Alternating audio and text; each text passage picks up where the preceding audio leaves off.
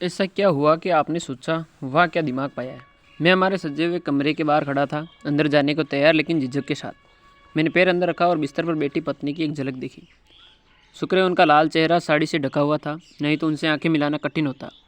मैं मुड़ा और धीरे से बिस्तर की दरवाजे की कुंडी लगाई। वापस मुड़कर 10 सेकंड तक सोचा कि अब क्या करूं। पत्नी जी बिस्तर पर पुतला बनी बैठी रही। मैंने हिम्मत जुटाई और आखिर पत्नी के पास बिस्तर पर बैठ गया।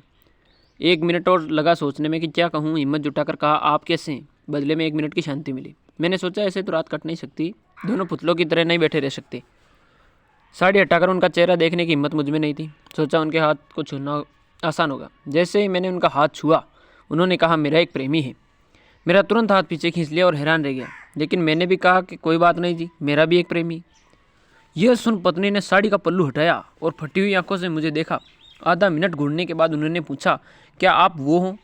मैंने कहा, वो मतलब। पत्नी, आपने क्यों कहा कि आपका भी एक प्रेमी है। मैंने कहा, हाँ आपका प्रेमी है तो मेरा भी है।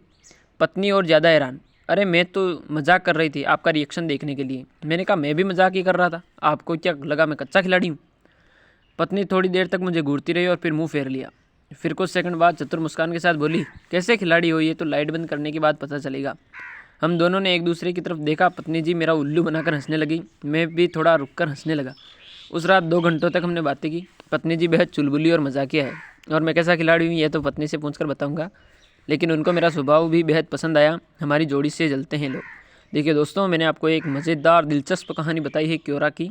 ऐसे ही कहानियों को और पढ़ने और देखने के लिए, अपना एंटरटेनमेंट और ज्ञान पाने के लिए हमारे चैनल को सब्सक्राइब करें। Thanks for watching.